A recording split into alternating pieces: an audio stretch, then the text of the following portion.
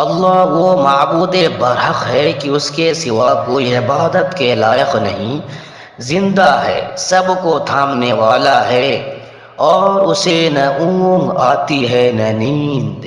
جو کچھ آسمانوں میں اور جو کچھ زمین میں سب اسی کا ہے۔ کون ہے کہ اس کی اجازت کے بغیر اس سے کسی کی سفارش کر سکے؟